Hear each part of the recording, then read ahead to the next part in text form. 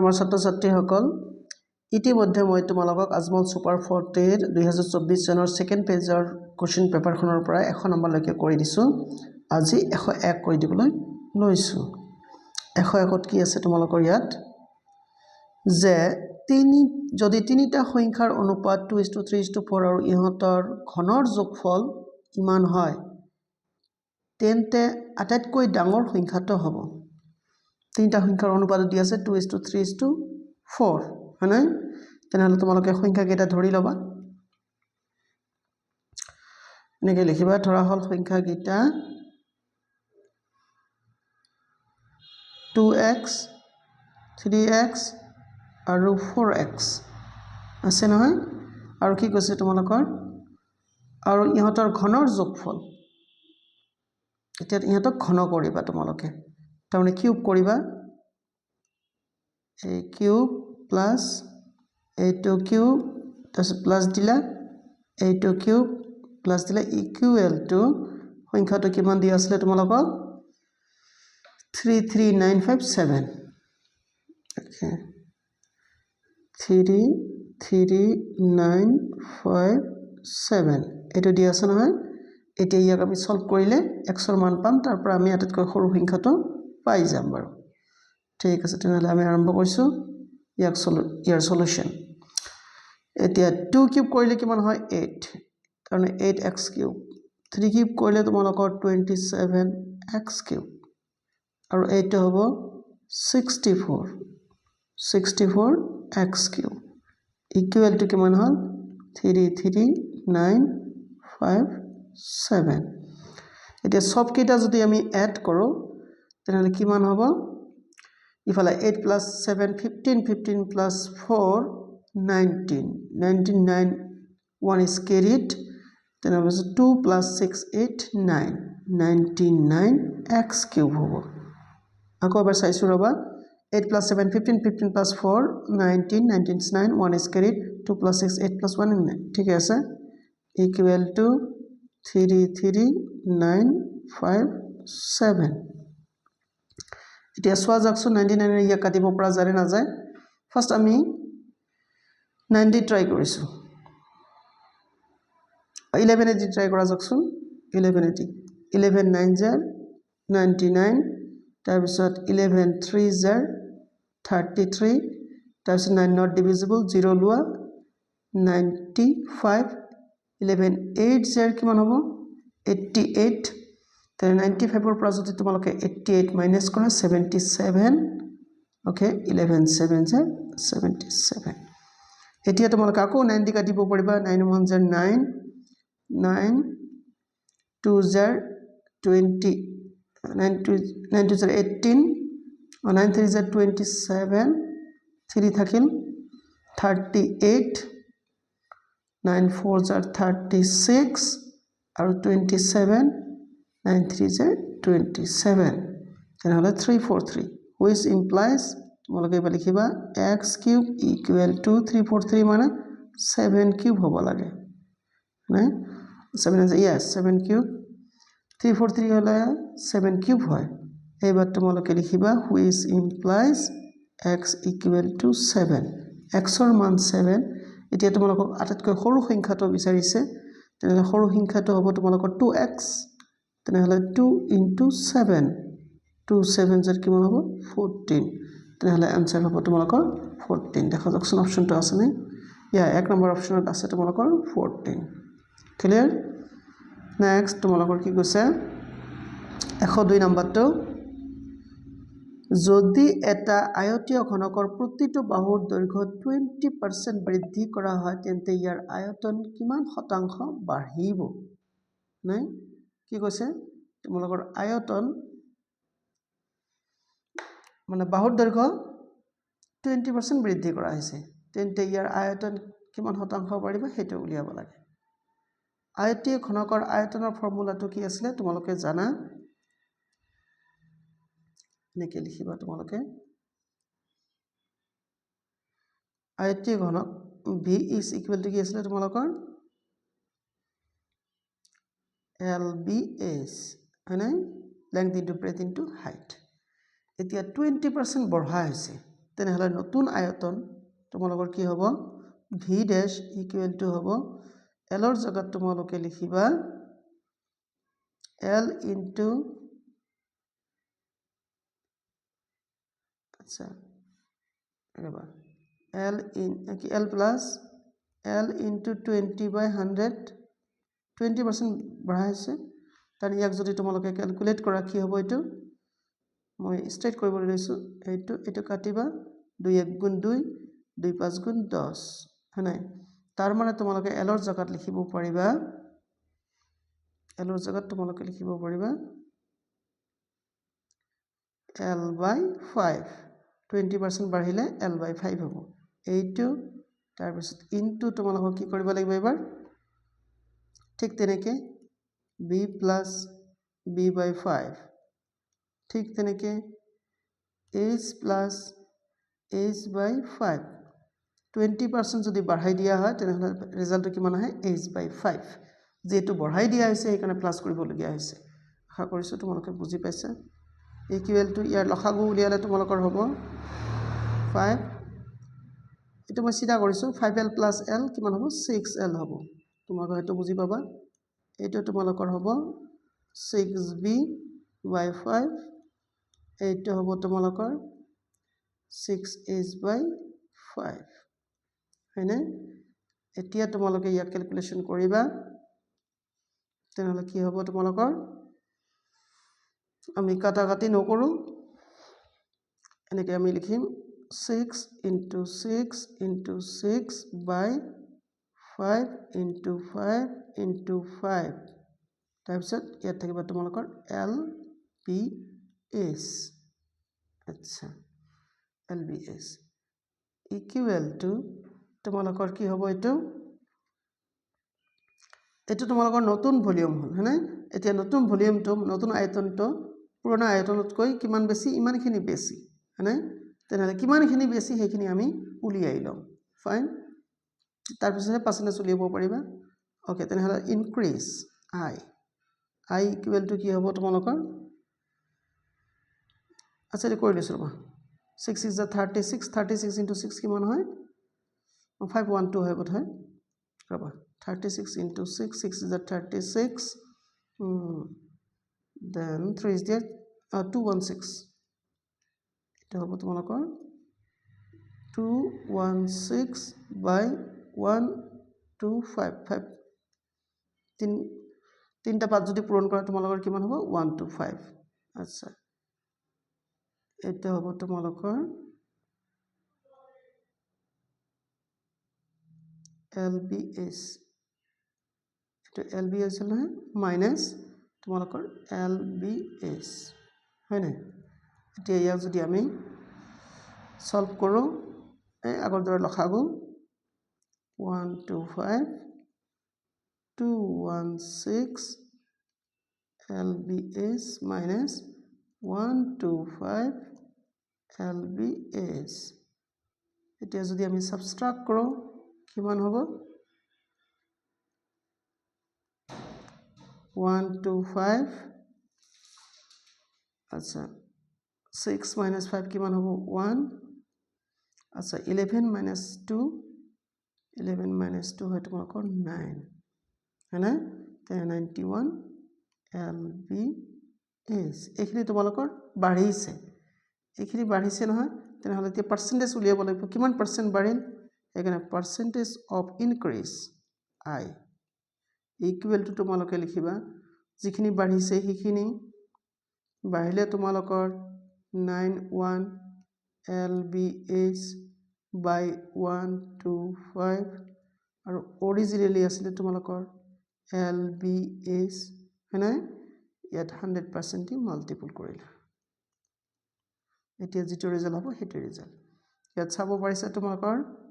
LBS cancel গল থাকিল আমাৰ number মাথো ইয়াত থাকিল 91 আৰু 125 ইয়াক তোমালোকে 100% মাল্টিপল কৰিবা যিখিনি ৰিজাল্ট হ'ব সেই আমাৰ আচ্ছা এবাৰ আমি কাটাকাটি কৰিম 25 দি 25 4 গুণ আৰু 25 5 গুণ হয়নে এতিয়া ওপৰে আমি পূৰণ কৰিম 4 1 গুণ 4 4 9 গুণ 36 by 5 এতিয়া 5 দি আমি কাটি দিম যিখিনি হ'ব সেই আমাৰ ৰিজাল্ট আচ্ছা 5 দি কাটিলে কিমান হ'ব 5 7 গুণ 35 বাকি থাকিল 1 14 5 দুগুণ 10 বাকি থাকিল 4 5 8 গুণ 40 72.8% দেখুন আমি রাইট হইছে না রং হইছে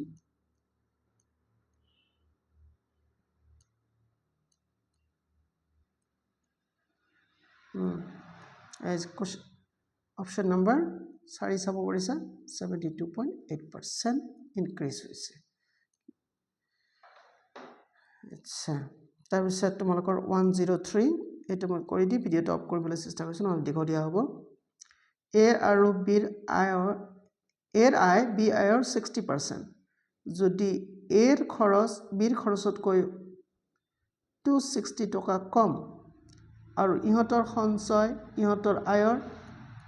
10% আৰু 20% হয় তেন্তে ইহতৰ আয় ক্ৰমে কি হ'ব কি কৈছে এৰ আয় বিৰ আয়ৰ 60% যদি এৰ খৰচ বিৰ খৰচতকৈ 260 টকা কম আৰু ইহতৰ সঞ্চয় ইহতৰ আয়ৰ 10% আৰু 20% হয় আচ্ছা অলপ ক্রিটিক্যালি দিছে আচ্ছা হ'ব থাক আমি এতিয়া সিস্টেমেটিক ভাবে এটা কৰি যাম ফাৰ্স্ট অফ অল তোমালোকে চাবা ধৰা হল তোমালোকৰ বিৰ আয় কিমান হ'ব x টকা তেনেহলে এর আয় কিমান হ'ব কিমান পার্সেন্ট কম বুলি কৈছে এর আয় বির আয়ৰ 60% নাই তেনেহলে ইয়াৰ 60% হবৰ হলে কিমান হ'ব x into 60 by 100 তোমালোকে জানা এইটো তোমালোকে কাটিলা আচ্ছা তোমালোকে দুইটি কাটাকাটি কৰিবা 2 3 গুণ 6 2 5 গুণ 10 তেনেহলে কি হ'ব 3x by 5 তেনেহলে এর আয় আৰু বিৰ আয় আমি পালো এতিয়া কৈছে কি যদি এৰ খৰচ বিৰ খৰচতকৈ 260 টকা কম আৰু ইহতৰ সঞ্চয় আয়ৰ 10% আৰু 20% হয় আচ্ছা তেনেহলে এৰ সঞ্চয় আমি উলিয়াম হয়নে আৰু বিৰ সঞ্চয় আমি উলিয়াম এৰ সঞ্চয় কিমান হ'ব 10% তেনেহলে এৰ সঞ্চয় যদি আমাৰ 10% হয় তেনেহলে সেভিংস অফ এ এনেকে লিখিবা সেভিংস অফ এ হ'ব আয়ৰ 10% তেনেহলে 3x by 5 into 10 by 100 হয়নে কাটাকাটি কৰিলে আমাৰ কি পাম এনেকা এইটো হ'ব আমাৰ definitely 3x by 5 10 50 car saving এটো 8 সেভিং আচ্ছা বিৰ সেভিং কিমান হ'ব সেভিংস অফ বি 20% তেনেহলে x into 20 by 100 তো এটা তোমালোকে কাটিলা 5x by 2 x by 5 কাটাকাটি কৰিলে 5 হ'ব তেনেহলে x by 5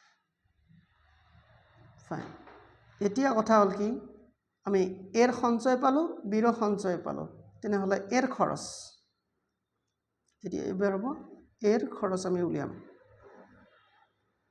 এনেকে লিখিবা এক্সপেন্স অফ এ এৰ এক্সপেন্স কিমান হ'ব মানে খৰচ কিমান হ'ব সঞ্চয়ৰ পৰা কি ইনকামৰ পৰা আমি সেভিংসটো আমি বাদ দিম মানে 3x by 5 minus 3x by 50 এই 3x by 5 এইটো আছিল তেওঁৰ সঞ্চয় মানে আৰ্নিং মানে ইনকাম আৰু তেওঁৰ খৰচ আছিল 3x by 50 তেনেহলে 3x by 50 আমি লিখিলো এইটো হ'ব এর খরচ এতিয়া ইয়াৰ আমি লসাগু উলিয়াম লসাগু উলিয়ালে কিমান হ'ব 50 নিশ্চয় এটা হ'ব তোমালোকৰ 3x minus 3x কেনেকৈ হ'ব এইটো 10 times 5 times 50 30 হ'ব 10 times না সেইকাৰণে ইয়াত হ'ব 30 তোমালোকৰ 30x minus 3x তেনেহ'লে হৈ যাব তোমালোকৰ সমান সমান 30x ৰ পৰা 3x লৈ 27x by 50 মানে এটা হল আমাৰ এৰ খৰচ তেন্তে বিৰ খৰচ এক্সপেন্স অফ বি কিমান হ'ব ইয়াৰ যিখিনি সেভিংস আছে ইনকামৰ পৰা তাৰ খৰচটো বাদ দিলে হ'ল ইনকাম তেওঁৰ আছিল x টকা তাৰ পৰা খৰচ বাদ দিয়া x by 5 equal to এটা যদি তোমালোকে সলভ কৰে নিশ্চয় তোমালোকে পাবা কি কৈ দিছো ৰবা ইয়াত 5 হ'ব ইয়াত হ'ব তোমাৰ 5x minus x এটা হ'ব ডাইৰেক্ট 4x এবাৰ এৰ খৰচ পালা বিৰ খৰচ পালা এবাৰ আহা তোমালোকে last part of the question যদি এর খরচ বির খরচতকৈ 260 টাকা কম তেনে কার খরচ কম এর খরচ বিতকৈ কম বির খরচতকৈ কম নাই তেনেহলে আমি লিখিম অ্যাকর্ডিং টু কোশ্চেন আমার বির খরচ হল 4x by 5 equal to এতিয়া এর খরচ কিমান আছে 27x by 50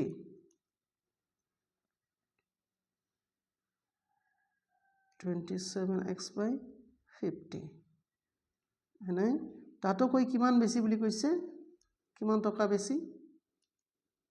এটা আছে 260 টকা এইকাৰণে ইয়াত আমি লিখিম 260 যেহেতু বেছি এটা এটা ইয়াত সলভ কৰিলে মোৰ কেঁচা খতম which is equal to এবাৰ তোমালোকে কি কৰিবা ইফালে আনিবা 4x by 5 minus 27x by 50 which is equal to 260 আকৌ লখাগু which implies এটা হ'ব তোমালোকৰ 50 মানে 10 times তেনেহলে কি হ'ব এটা 40x minus 27x equal to 260 তাৰপিছত which again implies 50 40 পৰা 27 গলে কিমান হ'ব নিশ্চয় এটা হ'ব 13x equal to 260 এতিয়া আমি কাটাকাটি কৰিম 13 2 0 26 0 দিয়ে তে ক্ৰস মাল্টিপল কৰা x equal to 2 5 10 মানে 1000 তেনেহলে বিৰ ইনকাম কিমান 1000 টকা আমাক উলিয়াব দিছে কি ইয়াত আচ্ছা তেন্তে ইহঁতৰ আয় ক্ৰমে কি হ'ব আচ্ছা তেনেহলে আমাৰ বিৰ আয় হ'ব 1000 টকা এৰ আয় কিমান হ'ব 60% ইয়াৰ 60% কিমান হ'ব 600 টকা তেনেহলে 600 টকা তেনেহলে 600 টকা আৰু 1000 টকা হ'ব ইহঁতৰ ক্ৰমান্বয়ে আয়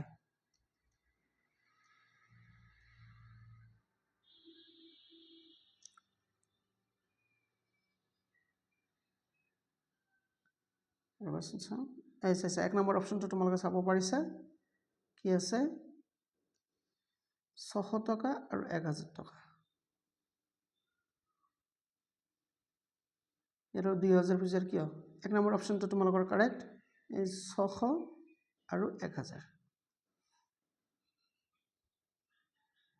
ঠিক আছে ইয়াত তোমালোকৰ এই অপচনটো ভুল লিখিছে কিন্তু ইংৰাজীৰ অপচনটো ঠিক আছে 600 and 1000 আশা কৰিছো তোমালোকে ভিডিওটো ভাল পাবা লাইক কমেন্ট শেয়াৰ কৰিবা আৰু প্লিজ মোৰ চেনেলটো সাবস্ক্ৰাইব কৰিবা চোৱাৰ কাৰণে ধন্যবাদ